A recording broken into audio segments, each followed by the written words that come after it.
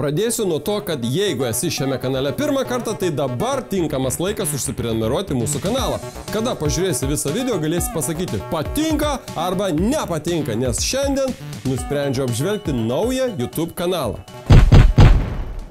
Nuolatos gaunu prašymus iš naujų YouTuberių apžvelgti jų kanalus ir kas kartą matau kartojamas tas pačias klaidas. Pas visus. Labai nesenai sužinau naują sėkmės formulę, kuri gali būti taikoma visiems gyvenimo atvejams. Paklausykite, ji visai paprasta. Pirmoji mintis – kalbėjimas apie tai ir veiksmas įvyniotas į energijos kiekį. Ar supratote, ką aš ką tik pasakiau? Jeigu nusprendėjai būti YouTuberiu, tu turi degti tą mintimi, kuri nori pasidalinti su žmonėmis. Tarkim, gimė tau idėja sukurti video apie kažką tai ir pradėk tai daryti nedelsdamas. Negalvok, neanalizuok, o tiesiog pasakyk tiesiai į kamerą, ką galvoji, arba užsirašyk ant popieriaus tas mintis, kurios tą minutę tiesiog veržiasi iš tavo galvos. Jeigu to nepadarysi, pirminė mintis dings ir daugiau niekada nebegrįš. Patikėk, jinai tikrai nueis ten, kur bus priimta. Pavyzdžiui, šitam videui, kur dabar žiūrite, tekstą rašiau 4,5 valandos. Jeigu pasiklausyti Demiko, tai jis kalba tą patį. Jis taip pat savo video scenarius rašo mažiausiai 4 valandas, o toliau vyksta filmavimas apie 2 valandas ir finale ilgas video montavimas 6-8 valandos. Demiko vieną savo video montavo net 40 valandų. Ar galite tuo patikėti? Ar jūs galėtumėte skirti šitiek laiko vienam video? Nuo to, kiek įdėsite pastangų, priklauso jūsų video energija. Patyrę YouTuberiai tiesiog kaifuoja filmavimo metu. Jie mėgaujasi tuo, ką daro ir iš jų trykštanti energija kaskart traukia vis daugiau ir daugiau žiūrovų. Kitas dalykas, kuris labai svarbus greitam startui YouTube, tai bendradarbiavimas su kitais kanalais. Tai procesas, kada naują YouTuberį savo kanale paskelbia koks nors YouTuberis turintis savo plačią ir aktyvią auditoriją. Tačiau tai dar negarantuoja sėkmės, nes jūsų video turinys turi atitikti šiai auditorijai. Tiesiog patarimas bandantiems eiti šiuo keliu. Jeigu ieškote pagalbas pas kitus YouTuberius, tai belskitės į tuos kanalus, kur yra panašus turinys kaip jūsų. Supraskite teisingai, čia veikia visatos dėsnis. Panašus pritraukia panašų.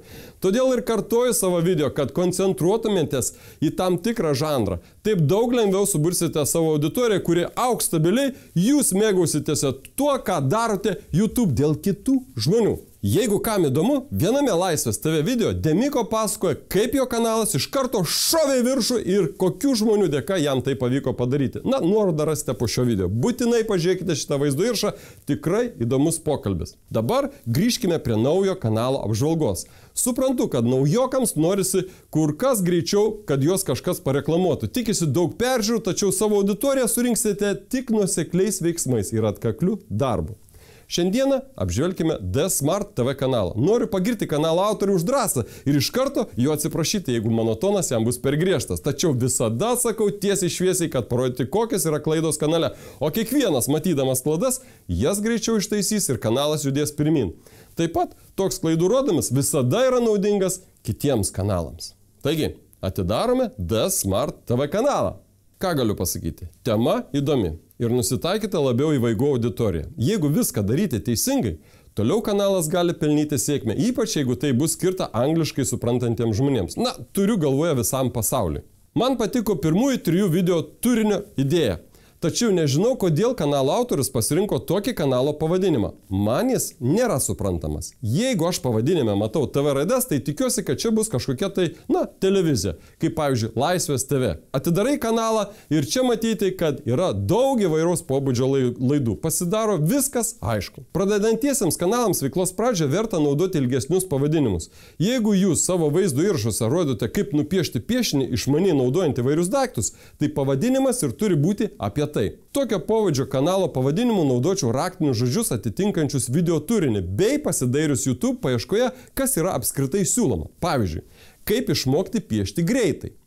Toks tekstas labiau traukia žmonės norinčius sužinoti, kaip tai padaryti, o ypač vaikus ir jų mamas, kurios ieško idėjų, kaip lavinti savo vaikučius. Žiūrim toliau. Matant pirmą kartą bendrą vaizdą, tai jame trūksta gero ir informatyvaus banerio, kuriame turėtų būti parašyta apie ką šitas kanalas. Kadangi autorius moka piešti, tai banerį tiesiog nupiešiu ir jame parašyčiau, kaip piešti vaizdus naudojant daiktus esančius po ranka. Toliau telefonu padarai nuotrauką, įkeli vaizdą vietoje banerio ir viskas. Toks variantas daug informatyvesnis ir įdomesnis, nes žmonių piešiančių ranka ir rodančių YouTube kaip tai labai yra mažai. Jeigu kanale nėra informatyvaus banerio, vieniems norisi išeiti iš karto iš to kanalo, o kiti dar bando pažiūrėti kanalo aprašymą. Kalbu apie skyrelį apie. Smart TV kanale matosi vienas sakinys. How to make štuką videosų. Jeigu tai skaitys angliškai kalbantis žmogus, jis nieko nesupras, nes paskutiniai žodžiai kaip ir lietuviški, kaip ir rusiški. Jeigu kanalas kuriamas lietuviškai kalbantiems žmonėms, tai visur rašykite tik lietuviškai. Jeigu angliškai kalbantiems, tuomet anglų kalba. Teksto gali būti nedaug, tačiau jis turi būtinai būti konkretus, apie ką tavo kanalas. Toliau, verta sukurti kanalo trailerį ir per 60 sekundžių papasakoti, apie ką tavo kanalas. Pasikartosiu, idėja šio kanalo tikrai gera ir yra tikimybė ateityje gauti geras pajamas iš kanalo, tik daryk tai anglų kalba. Neskubėk kelti video kasdien. Geriau panaršyk YouTube, kas yra rodoma pasaulio mastu ir paruošk įdomų video. Balso gali nenaudoti, tiesiog paieškok YouTube kūrėjų studiją nemokamos vaikiškos muzikos, kamerą pakelk virš stalo, kad vaizdas būtų koncentruotas į vidurį ir tavo video tikrai patiks žmonėms. Kadangi naudoji įvairius buityje turimus daiktus, tai ieškok netradicinių įvairiausių skiaučių, stiklo šūkių, na juk pas žmonės pilna daiktų įvairiausių. Tavo mintis perkelti formą ant popieriaus lapo ir vėl transformuoti į vaizdą yra nuostabi. Daryk toliau tai ir stebink pasaulį savo išradingumu. Ir dar, rekomenduočiau ištrinti video, kuriame darai kokteilį. Patikėk, blogiuko tematika jau yra praeitis ir tokius blogiukus po paskutinio YouTube skandalo tiesiog ištrins. Geriau mokyk vaikus gražių dalykų ir jie tikrai tau atsidėkos savo dėmesį. Jeigu tavo video žiūrės vaikai Jungtinėse Amerikos valstijose, tai patikėk, ten yra rodoma reklama, o už jos peržiūrimą mokama kelis $. Jeigu nori gauti geras pajamas, tu tikrai turi pasistengti. Apibendrinimui noriu pridurti, kiekvienas darykite teisingus veiksmus savo YouTube kanaluose. Teisingas pavadinimas, kanalo aprašymas, traileris, vaizdinis apipavidalinimas, tai yra baneris ir video miniatiūros bei grojaraščiai.